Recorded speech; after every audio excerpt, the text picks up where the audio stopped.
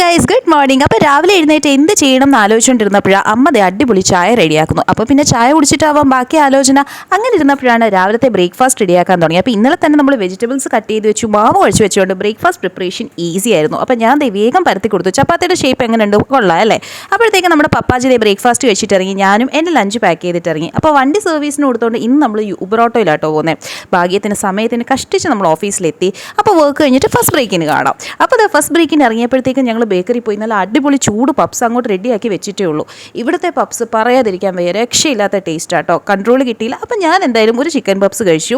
പിന്നെ നമ്മൾ കുറച്ച് വർത്താനമൊക്കെ പറഞ്ഞു നിന്നപ്പോഴത്തേക്കും 20 മിനിറ്റത്തെ ബ്രേക്ക് പോയതേ അറിഞ്ഞില്ല. സൈഡിലേതേ നല്ല ചൂട് ചിപ്സ് റെഡി ആവുന്നുണ്ട് കേട്ടോ. പക്ഷേ ചിപ്സ് ഒന്നും നമ്മൾ മേടിച്ചില്ല. നല്ല കുട്ടികളായിട്ട് നമ്മൾ തിരിച്ച് ഓഫീസിലേക്ക് പോയി.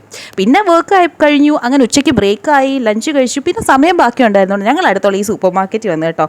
ഈ ബോട്ടിൽസ് കണ്ടപ്പോൾ എനിക്ക് അമ്മ ഓർമ്മ വന്നു. എന്നാൽ പിന്നെ 2 എണ്ണം മേടിച്ചേക്കാമെന്ന് വിചാരിച്ചു. അങ്ങനെ പിന്നെ നമ്മൾ തിരിച്ചു വന്നു. വർക്ക് കഴിഞ്ഞു, 6:30 ആയി. അങ്ങനെ ഓഫീസിൽ നിന്ന് ഇറങ്ങി പപ്പ പിക്ക് ചെയ്യാൻ വന്നു കേട്ടോ. പിന്നെ പപ്പ ചിക്കൻ വാങ്ങാൻ കയറി. അങ്ങനെ അതൊക്കെ മേടിച്ച് നമ്മൾ വീട്ടിലേക്ക് എത്തി. അമ്മാജി നല്ല അടിപൊളി ചായയായിട്ട് എത്തി. വീട്ടിലെ ചായ ഒരു പ്രത്യേക രുചിയാണ് അല്ലേ? അങ്ങനെ ആ ചായയൊക്കെ കുടിച്ച് അമ്മയ്ക്ക് ഞാനിത് കൊടുത്തപ്പോൾ അമ്മയുടെ സന്തോഷം പറയാതിരിക്കാൻ വയ്യ കേട്ടോ. പിന്നെ ഈ നെയിൽ കട്ടറായിരുന്നു ഇന്നത്തെ എൻ്റെ ഏറ്റവും ഫേവറേറ്റ് പർച്ചേസ്. പിന്നെ നമ്മുടെ മിക്കുമോ മുന്നിൽ വന്ന അടിപൊളി കളിയായി. അങ്ങനെ രാത്രിയിലത്തെ ഡിന്നറിന് ഈ ചെമ്മീൻ കറിയും കൂട്ടി കഴിച്ച് ഇറങ്ങി. Good night.